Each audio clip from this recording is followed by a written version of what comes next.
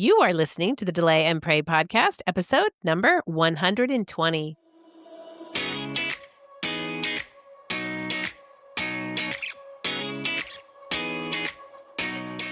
Welcome to the Delay and Pray podcast, where certified Catholic and weight loss coach Beth teaches you how to permanently lose weight through spiritual fasting. Get ready to gain faith and lose weight through a joyful transformation of both body and soul. Now, your host, Beth, the Catholic fasting coach.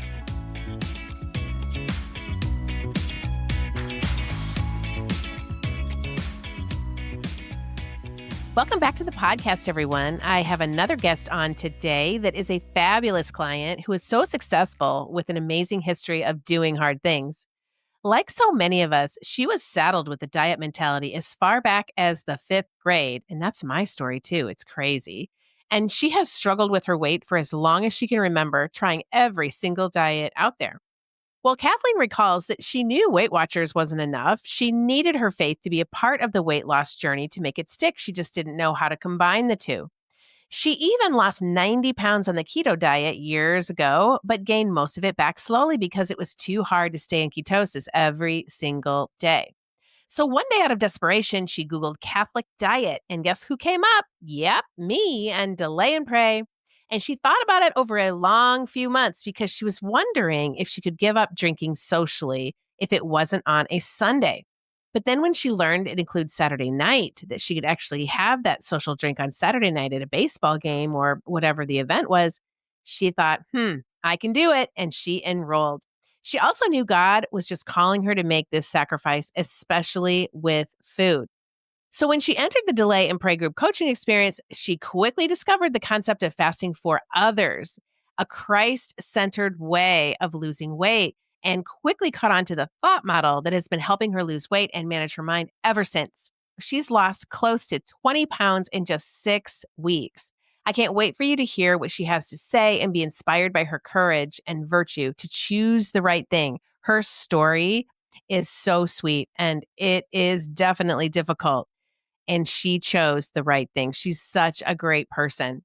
So first, let me tell you a little bit about Kathleen. Kathleen Folan is the director of Family and Youth Ministries of St. Dominic's Catholic Church in San Francisco. She's also a pro-life speaker and has been a guest on many radio shows and podcasts. She spoke to a crowd of 60,000 one time and has been live on EWTN. She met her husband in the St. Ignatius Institute at the University of San Francisco, where she earned a degree in philosophy and the great books. And they have been married almost 30 years, and they have 3 young adult children. She's also a birth mom in one of the first open adoptions in the 90s. Kathleen is a life-professed Third Order Dominican, the coordinator of Seven Sisters Apostolate for the Archdiocese of San Francisco, and has run a successful retreat for women at St. Dominic's for the last 8 years. She also leads a women's Bible study on Tuesday mornings, going on the 11th year.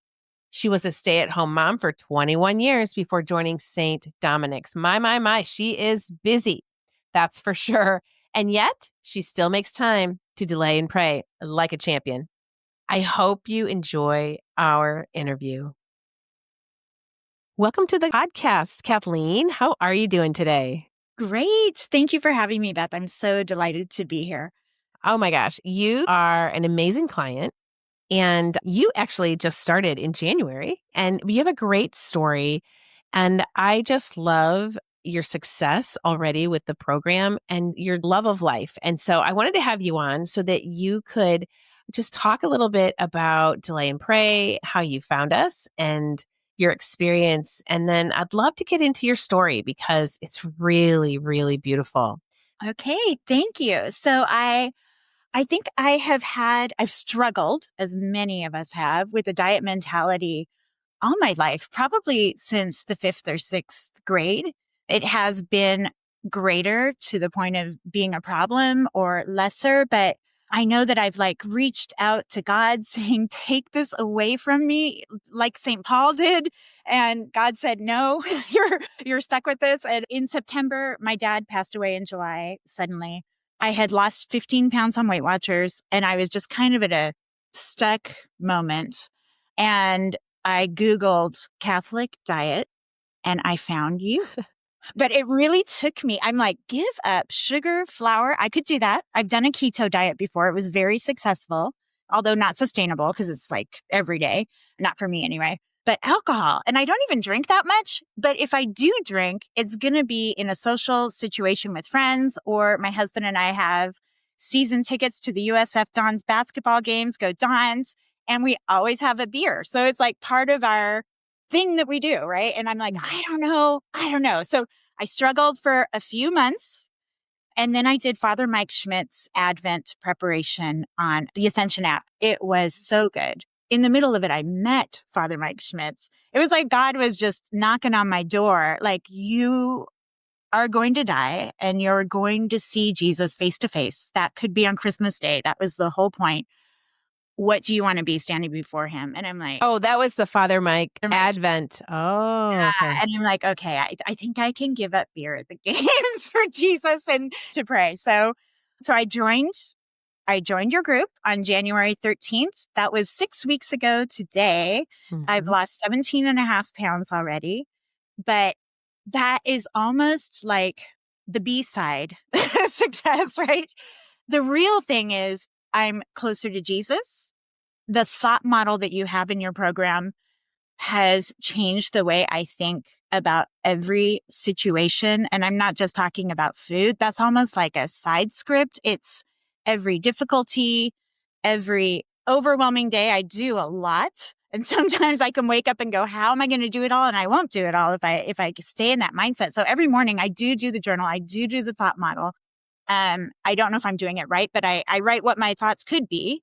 And then I draw a line and go, this is what I think the way I should change my thinking. And it has just transformed the way I take on hardships, sufferings, and all my relationships. And I am closer to Jesus. So it's so beautiful. I think everybody needs it.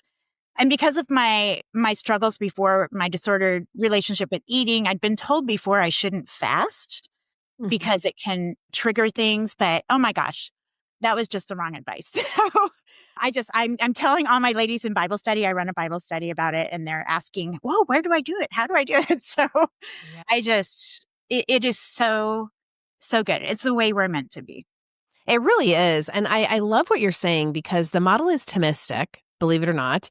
And it's a very watered down version that we can remember. St. Thomas of Aquinas is extremely intelligent. And when he's writing, it's hard for the average layperson to understand it. So I certainly didn't. So I got it from a Catholic life coach school. And then I developed my own off of that. And it's interesting because I was just journaling this morning and I just have to tell you this thought. Okay, so I wrote down, I knew it was my thought. So I'm like, I had to put this in the model. My thought was, it's going to be a hard 2 weeks. I have one before Lent and then the week of Lent when it begins. I have like 25 things going on. Okay, literally, I counted them out. And I was like, okay, what is the feeling that that's giving me? And I put slight dread, self reliance, all on me, uneasiness. And I was like, oh, that's why I'm feeling the way I am. That's what's going on. That's what's giving me this desire for a little extra food, especially last night. It was a Sunday night. And I'm like, right? Why? Because I'm having this thought, it's going to be a very hard 2 weeks. And so then as I read scripture, as I said my rosary, as I went through everything that I know, I came down to here's the thought that I need to shift to. It's going to be the most thrilling 2 weeks of my life. The Holy Spirit is going to teach me all things so that I can teach others and help the world. I am on mission these 2 weeks. And so that instantly threw me into all these amazing feelings of confidence, bold confidence in Christ that it's his shoulders that this is all on. It's not mine. And that he's going to be helping me with all of this and that I'm capable and I am courageous and I'm committed to these next 2 weeks. And it was like all of a sudden I was able to pull my big girl pants on and stop cowering and craving and running away from doing hard things and just be like, oh, I'm just showing up. I mean, he has something that he wants me to say. And I'm just going all these podcasts and all these interviews and traveling to New York and Washington, D.C. and Chicago and doing all of this stuff. to get as many people to take Lent seriously as possible. And he's doing all the work. I'm just putting the clothes on and going out. And that's the thought model. That's what you're talking about, because that's how we need to run our brains every day. Absolutely. And I studied philosophy at USF. I was in the Great Books program called the St. Ignatius Institute. Father Fessio was one of my professors. And I took a directed study on Aquinas every semester, which is probably why I just relate to this so well. I'm also lay Dominican, and he was a Dominican. But I do hard things. We do hard things. I just run that through my head all the time. And it brought me back to my story that I'll share later. And I thought, I've already done hard things. Like, I can do this. We can do this. We do hard things. Like Pope Benedict said, we were not made for comfort. We were made for greatness. Yes. Right? Yeah. And just flipping it on a dime like you did with this is going to be a great 2 weeks. It just changes everything, and it helps us accomplish more for him. Yeah. And it's so great because how we tie it back to food is, I noticed that last night I just wanted to snack. And I normally never snack at night. I'm kind of past that. And I had a few macadamia nuts and things, but I just know not to snack. I like my 16-hour window to be clean when I'm fasting. And I was like, okay, what's going on? And then I went into my thoughts, because our thoughts create a result. So that's what I found. And so any of you out there, if you're, desiring a drink or desiring food when you know that it's not the right time, why is that? It's a thought. It's something's bothering you. Something's happening that you think numbing it with food and alcohol is going to be the ticket. It's never the ticket. Mm-hmm. Yeah. Still in that, you said it's a great experiment. It is the great experiment. And my Sunday yesterday was not good. So I should have been the thought model in the middle of the day and in the evening, but I will. I'll learn. Yes, you will. You're going to learn. But you've learned already, because you've lost almost 18 pounds, and that's amazing. And this it's a lot of falling. So I can't wait for you to go through this first Lent with us as a community, because you'll see that Jesus is falling as he walks Calvary, and he's showing us how to get back up, falling, showing us how to get back up. And we're getting up in complete, bold confidence that in the end, he's going to pick us up and he's going to take us to the finish line. But we just have to keep getting back up. We just can't give up. And we're doing this for others. And that is the most beautiful part. We're doing this for others, and we're doing it to serve him. And yes, we're losing the weight, and it feels so good to lose the weight, but really, it's really about Jesus. Amen. Yeah. So tell us about your story and how Delay and Pray is just helping you do those hard things. My story, I have a lot to my story, but the story that most people want to hear is when I was beginning of my junior year of college at the University of San Francisco.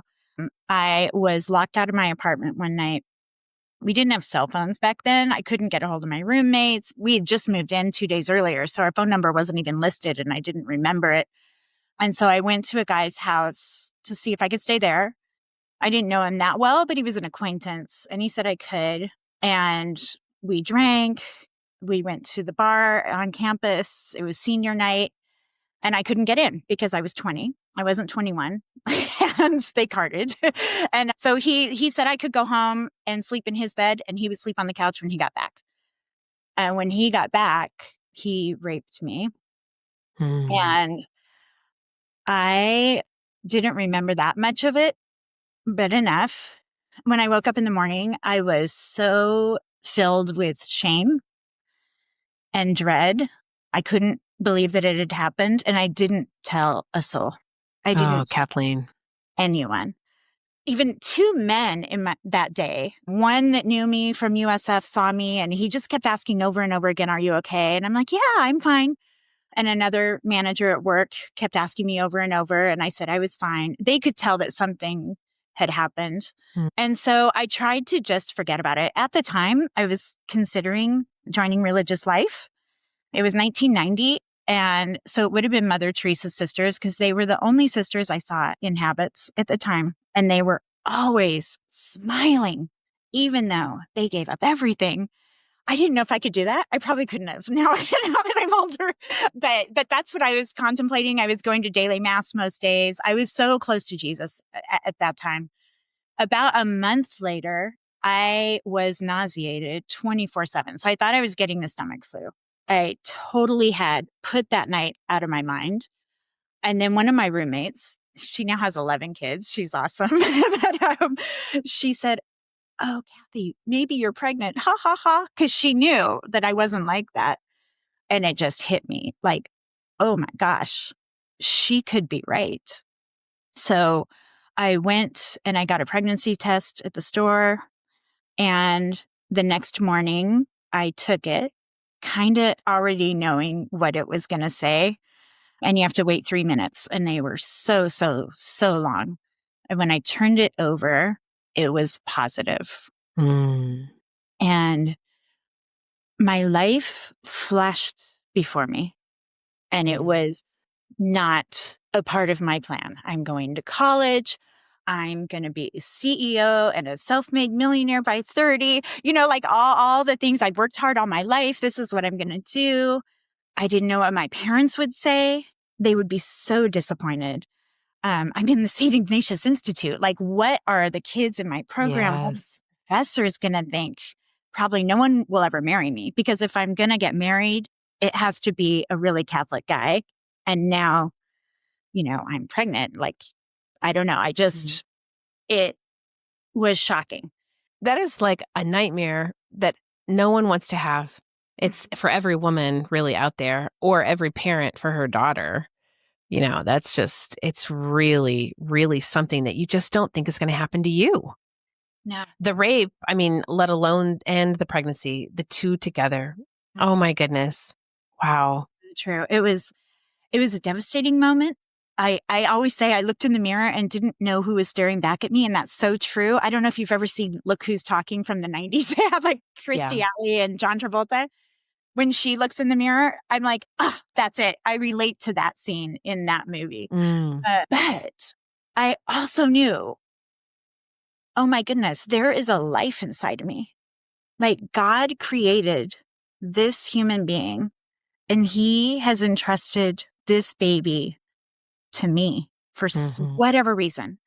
And I was so close to Jesus at that time. I used to want to share my story without faith, religion, so it would appeal to everyone. I'm like, I can't, because No. he is why I was like, okay, I'm going to be okay. I know I'm going to be okay. Yeah. I know this baby's going to be okay. I was in that bathroom 90% sure I was going to choose adoption. Wow. I mean, that is phenomenal. You were close to Jesus, and he was working so powerfully within you. And your mom was adopted, right? My mom was adopted. She was born in 1945. And open adoption, first of all, open adoption was barely heard of in 1990 and 1991, but really not in 1945. But she was born in Kingston, Washington, and her mother who adopted her was a nurse. And so when my birth mother went to give birth to her, she was 19, was her second baby. My grandma Dunbar had to deliver my mom because the doctor was drunk in a bar. My mom came out with the umbilical cord wrapped twice around her neck, black and blue, not breathing. And my grandma Dunbar saved her life. Wow. I know. Incredible. So my dad, my mom passed away in 2012, and my dad in the eulogy said she had two mothers that saved her life. Yes. So, we met her. She was my grandma Jean when I was 8 years old. My grandma Dunbar had died a year earlier, and my grandma Jean, my mom got a call. This is your sister. You have 7 half siblings, and your birth mother. Would you like to meet her?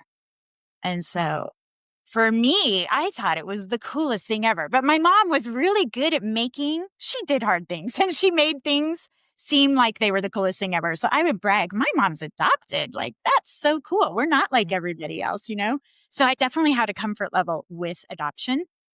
And so 10% chance I thought I would raise him myself. But I was 20, a philosophy major at that.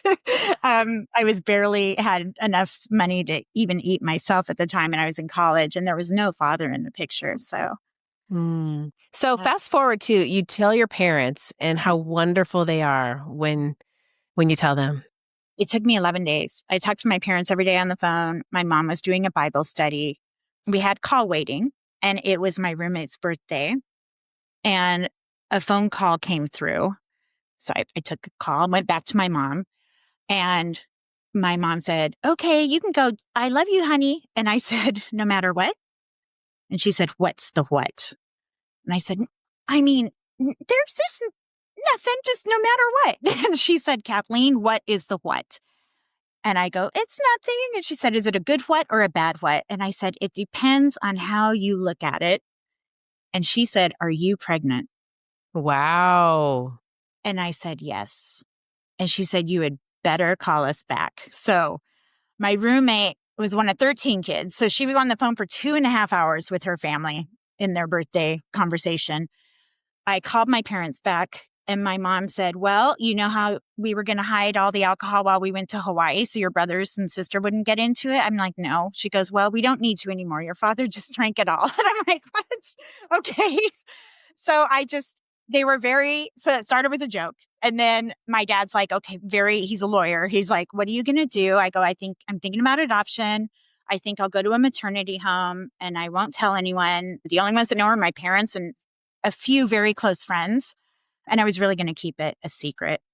And my dad's like, "Okay, that sounds good." And then my mom joked around too that maybe they could go to Hawaii, come back, say she's pregnant. I could still go to Oxford University. I was supposed to go to Oxford that spring. She'll go visit me. I'll give birth. She'll bring it back as her own baby. It was like a Desperate Housewives episode. Oh my. And my dad's like, "That's not a good idea, Mary Ellen." But anyway, they said that they would support me whether I kept him. I could come home to Spokane, Washington, where I grew up, and transfer to Gonzaga University. They would adopt him themselves. I think they were only 44 at the time, or they would support me with the adoption. So they were great the whole time and the whole pregnancy, even when I begged them for their opinion, they would not give it to me. They knew it had to be my decision whether to place him or parent him. And when I was in a Bible study, maybe 20 years later, that came up. Appreciating the free will that your children have. And I Yes. realized how difficult that must have been for them because now I was a mother, right? And so I called them that night and I thanked them. And they said, "That's what the Holy Spirit told us to do. And we wouldn't have done any differently." So Wow. God bless your parents. So then whatever happened to, the perpetrator, the guy who raped you? Did you ever talk to him again? And what happened? So the day I took that pregnancy test, I told one friend and she said, "I will come and get you after work and I'll take you to Planned Parenthood." Now, I didn't know anywhere else to go at that time. So she took me. They gave me the test and they said it was correct. I asked them, oddly, "Okay, what can I eat? What exercise can I do? And do you have a list of adoption agencies?" And they did not have any adoption information for me. You would think if you're giving pregnancy tests that you would have this available. They said, "Look it up in the phone book." And so she took me to that guy's house and made me tell him that night in the room where it happened. And he told me it couldn't happen twice to a guy. And I'm like, "What are you talking about?" And he said he had gotten another girl pregnant who had just given birth a month earlier. She was going to choose adoption, saw the baby, changed her mind, and kept him. So he kept calling me, coming over, hounding me, saying, "You need to have an abortion. I can't afford 2 kids." And I finally, I don't know, God gave me the strength that I didn't have before, or Mama Bear takes over even when I'm 20. And I just said, "Listen, if I do keep him, I don't want your money. I don't want you in my life. Leave me alone. I'm placing him for adoption. Sign the papers when I send them. Get out of my life." And he did. And he did. Mm. Yeah. And I did not press charges. My dad's a lawyer, that philosophy professor at the time. I hadn't told anyone when it happened. I hadn't done all the things. I said, it's going to be his word against your word. Nothing's going to happen. Sadly. So, but the whole thing is then, so he's out of your child's life. And so, Yeah. okay, so you got that done. And so you end up adopting him out to a wonderful couple. You're in California and they're all the way across the United States. Mhm. Open adoption. Mm-hmm. An adoption. Yep. I knew that because of my mom. I'm like, I need to know who is adopting my baby. I'm not going to hand Yes. it to anyone. Right. Yes. I Yes. need to find my own values. At first, I thought I'll just give it to a great couple. I didn't care what religion. Then I realized, because I found this really nice Jewish couple. And then I'm like, you know what? But then my baby will never have Jesus in his life. And I Yeah. really need Jesus. Especially I was close to Jesus, right? But I was still in that young, naive, secular Yeah. 20. separation. And it's funny how God used this to help form me. And then I realized, no, I need a Christian family. Mhm. No, I need a Catholic family. Actually, I need a really Catholic pro-life family that values education and also has a great sense of humor because they have to be funny, like my family, and fun. Yeah. And then I realized I wanted to stay at home mom. And so, like I said before, I was going to be CEO or whatever. Through that process, I realized, you know what? I need to be a stay-at-home mom for my own future kids if I ever have them. Yeah. So I had looked at all these families. One woman I had already almost chosen. I was about to go visit her in Chicago and check her out. She got pregnant after being infertile for 13 and a half years. What a miracle. Miracles all around. Yeah. And I'm like, I was sobbing. I was crying. I'm like, what? I go, you can still adopt my baby. People have twins. And she's like, Yeah. no. So my dad, I remember sitting on my dad's lap crying. And my dad said, you know what? God has a plan. And that wasn't the plan. And we need to trust in him and he will give it to us. So she told me she would look for a family. I called a priest I knew who gives retreats all over the country. I'm like, you must know of a good Catholic family. And he goes, I can't think of anyone, but I'll think about it and call you back. I go back to the adoption agency, look through all these families. Nope. So I'm starting to think I'll raise him myself. And then that priest called me with the name of the Sullivans. And then that woman called me an hour later with the same exact name. Oh my gosh. Another miracle. So yeah. you kind of come up with a name and they come up with the same name. So, right? Yeah. So God named him. Uh-huh. And that's in scripture. Yes. Each by womb, from the womb, I called you by name. I didn't want to think of a name. I knew he was a boy. I did find out it was going to be a boy, but I did not want to name the baby because I thought the couple should name the baby. They're going to raise him. It's their baby. They should raise him. And my mom asked me to go to a Catholic bookstore with her to pick out a confirmation gift for my brother. And I started looking through, all those name bookmarks that have names and meanings on them. Mm-hmm. And the name Nathan jumped out at me because it means a gift from God. And I thought, what? And I'd always hated that name because there was a bully named Nate in my brother's class. But that one just jumped out at me. I'm like, what a perfect name for an adopted baby. I tried to brush it from my mind and I couldn't. And so Barry and Liz called me that night to see where I was because we originally thought she's going to be in the room when he's born. Mm-hmm. It's there in Maryland. So far, he ended up being 21 days overdue. So it didn't happen. But I asked her, have you thought of any names? And she said, well, we're trying to decide between Jason and Nathan. Oh my goodness. How beautiful. I told them and they said, then Nathan it is. So that was.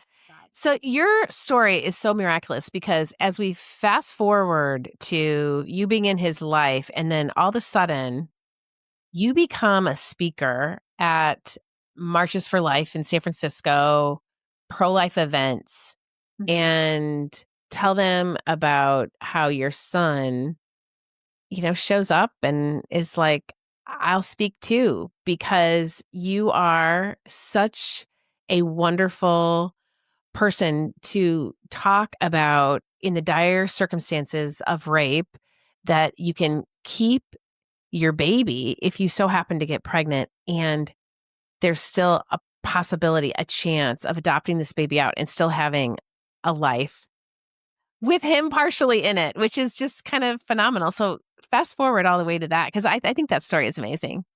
It is. I never shared my story before. Like some of my friends didn't even know. It wasn't like it was a secret, but it's just not, Oh, sure. I didn't let it define me. I'm raising my kids. I'm doing all the things. I'm cheering God. Because you go out and you marry a doctor and you have 3 children of your own. Mhm. And so you're going on with your married life. So, but you have Nathan in Maryland. Always in our life, we always exchange pictures. I didn't see him well, I went there when he was 10 months old for a week. That was awesome. That made me 100% sure that I'd made the right decision. But then I didn't see him again until he was, I think, 17. We all stayed Mm. with them in their house, my husband, my 3 kids, and me, and really had such a wonderful time. I mean, I think really my husband wanted to stay there so we didn't have to pay for a hotel, but it was like such a beautiful moment. And then he moved out to the Bay Area. So I live in the San Francisco Bay Area. He moved out for a tech job as soon as he graduated college. And that's when we really got to know him. And the boys looked up to him. He's an Eagle Scout. So they joined Boy Scouts and they're both Eagle Scouts. And he helped our daughter with her computer things. And he was only out here 2.5 years. The Bay Area is expensive and crazy and not the East Coast. So he Yeah. left, a lot of traffic, but it was a beautiful time. And then my boys chose to go to the same college that he went to, which is Embry-Riddle Aeronautical University in Florida. And he still lives there. And they became very close. So when he got married, I think almost 3 years ago, 2.5 years ago, he asked both of our boys to be 2 of his groomsmen. And he My asked goodness. his bride Oh, actually called me up and asked me to write and read the prayers of the faithful. And they put in the program birth mother of Nathan. oh. Do you know what? So, you know what I think about? I think about the 3 minutes when you were waiting to see what that pregnancy test was and how Jesus was working on your heart. And if you would have known, like, it's going to be okay. Yeah. Amen. And then the first time I ever shared my story was actually at where I work now. It was my parish Mhm. before, St. Dominic's Catholic Church in San Francisco. We have the Vigil for Life for the West Coast Walk for Life Mhm. the night before. And usually the Sisters of Life would share a testimony, but they I couldn't. love them. I I know. love Me them. too. They have my heart. Oh my So gosh. she didn't come that year, and something just went, "Do you want me to share?" And then I was like, "What did I just do?" And Mhm. Father Mike was like, "Yes." So I shared. I wrote my speech. I said, "This is not 15 minutes long. It's like 35 minutes long." And I sent it to him, like, "What should I cut out?" And he goes, "Nothing. You got to tell it all." So that was the first time I ever shared my story. And I called Nathan first in Florida and asked if it was okay. And he said, "Sure." And I go, "Well, what about how you were conceived?" And he goes, "That does not define me. In fact, I'm going to come out too." Oh. Oh my So he went gosh. after me and they didn't record it because they didn't know what was going to happen. But he thanked all of the people there for standing for life and fighting for the unborn. He thanked his parents for giving him such an incredible upbringing and life.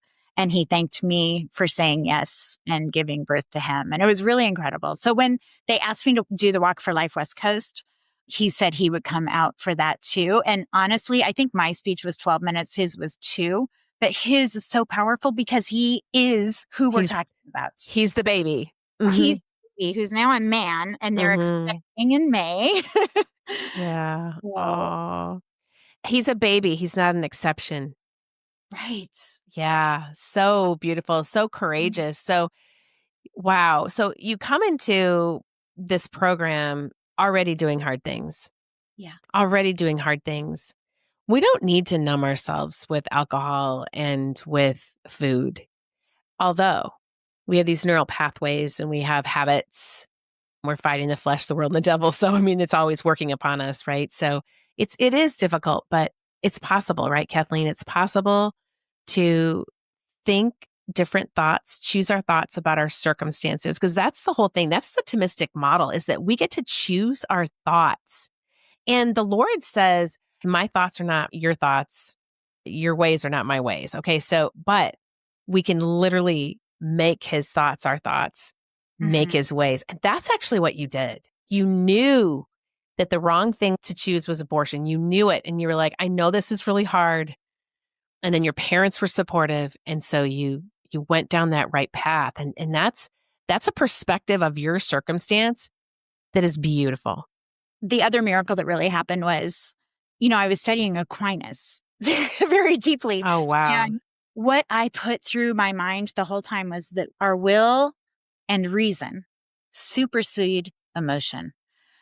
I was so afraid that the moment he was born, like a lot of girls, like you're just so overwhelmed with, oh my gosh, this is my baby. No way can I place him in another woman's arms. That is so hard to do.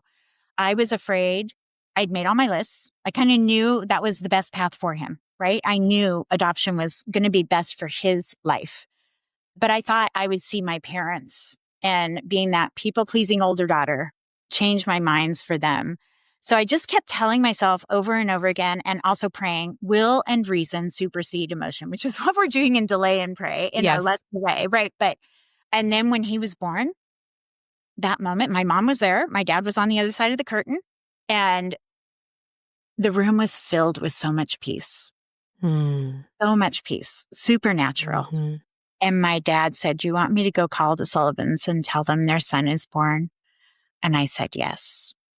And there was another moment where I almost changed my mind. It was right at the courthouse, getting out of the car, and then they were going to go to the airport. And I was just filled with like, oh my gosh, I don't know if I can do this. And I just told that to myself again. I've made all the lists. I know what is best for his life. Yes. Will and reason supersede emotion. And so then when I came to Delay and Pray, I'm like, oh, here it is again. Like, I just need to remember this, So It's true, because we just have to take a stand.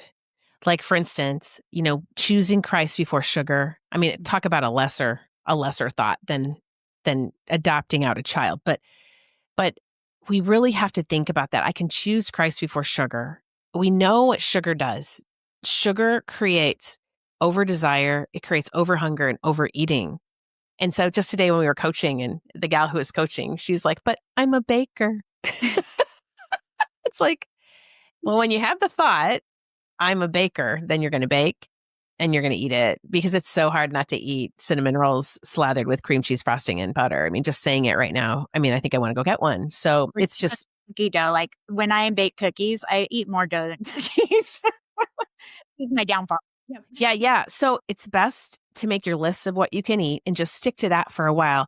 And so that's what you did. I mean, in a very much more profound way, but that will and reason supersede emotion. Like, I know it sounds like, you'd want to keep this baby, but you had all your lists and reasoning why it was really better for him that you choose this path. And then God just worked it all out for you. I mean, that is amazing. It really, really is. And that your sons were in his wedding. Oh my gosh. That's amazing. Wow.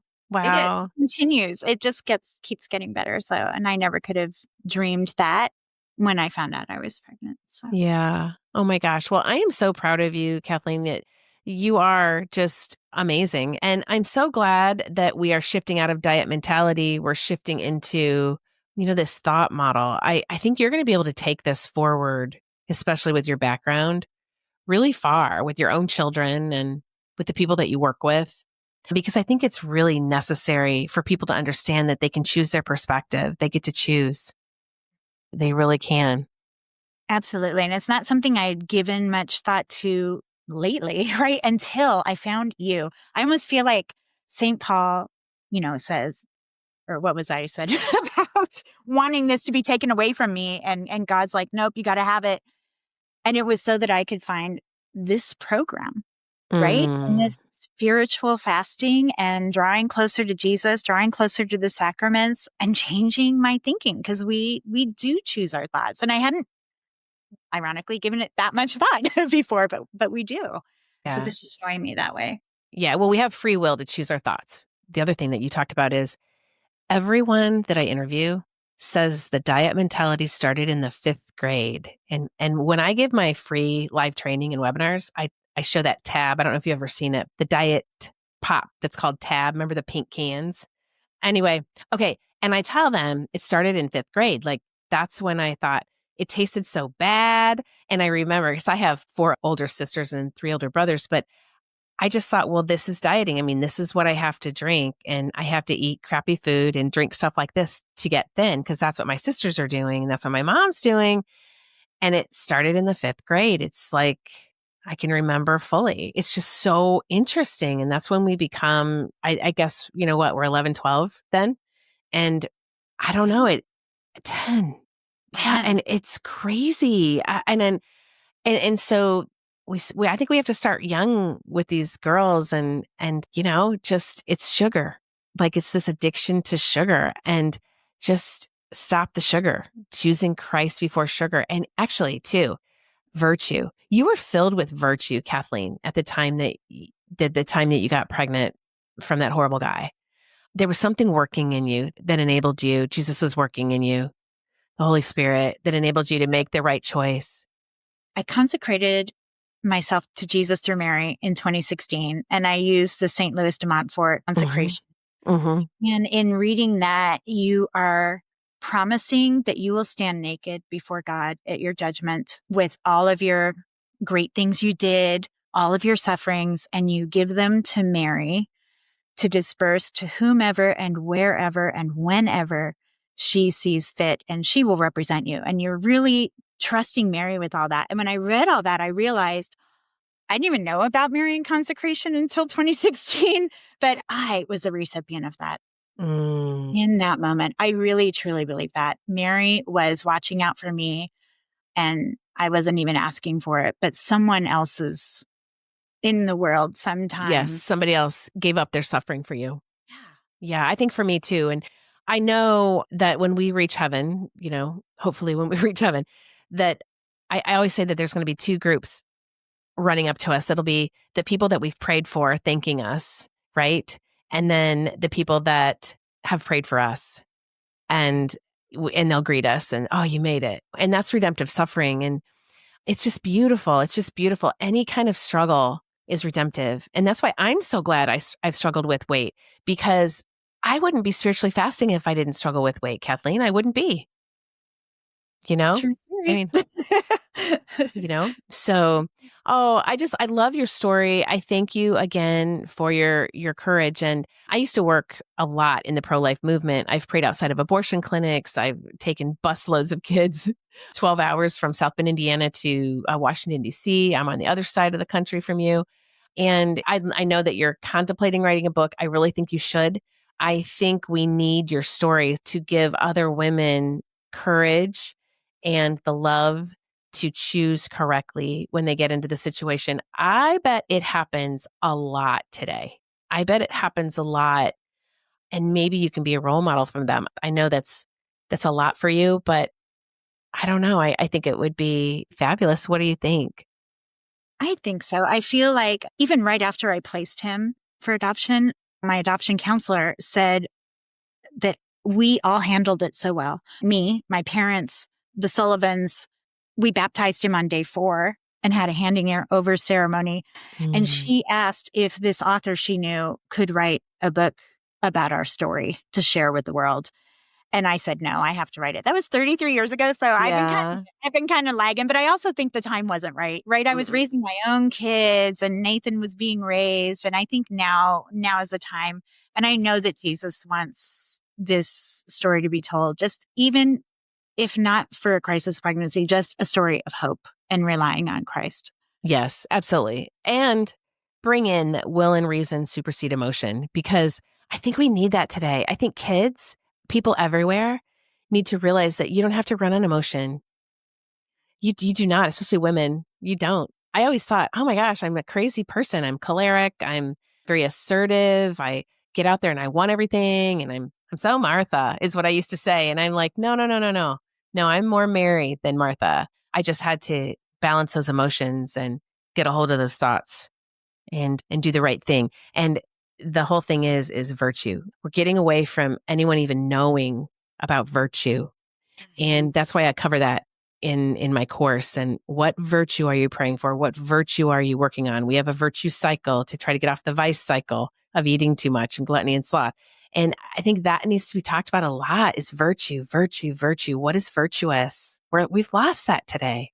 We have. I think you're so right. And I remember studying Aristotle in college too. And Yeah. it takes practice. Just like you said, like changing your synapses, it takes habit. You have to form the habit. It doesn't Yes. just happen. It takes courage. It takes work to cut the habit of vice and build the habits of virtues. I also have Catechesis of the Good Shepherd in our children's faith formation program. I love that program. I do too. And we have a whole model on the virtues. So I'm teaching my kids in Sunday school about the virtues. But Good. We need more of that. we need more. Well, Kathleen, thank you so much for being part of Delay and Pray. I know you've only been with me, it's like 6 weeks, but we have just formed a friendship. I have loved every moment of it. And thank you for gracing us with your presence. And we do look forward to that book one day and keep going. I know you've lost 18 and I know we have impossible goals. And how much more do you want to lose? 66, like a lot. Yay. Wedding weight. But I'm having the caveat, if I get to 13 pounds more than that and it seems like it's going to be too much, then I'll stop. But yeah, I'm going to go for it. That's really awesome. Well, I think you're going to love the Lent challenge. I think it'll be a kickstart to your metabolism that I know that I absolutely love. So Lent is so special. So anyway, if there's any way I can help you write that book, if there's any way I can help you at all, just you let me know. I would love to be a part of it. So thank you so much, Kathleen. God bless. Take care. Thank you so much for having me. All right. You bet. Wow. Kathleen was amazing. Are you ready to join Kathleen and I for the Lent cohort?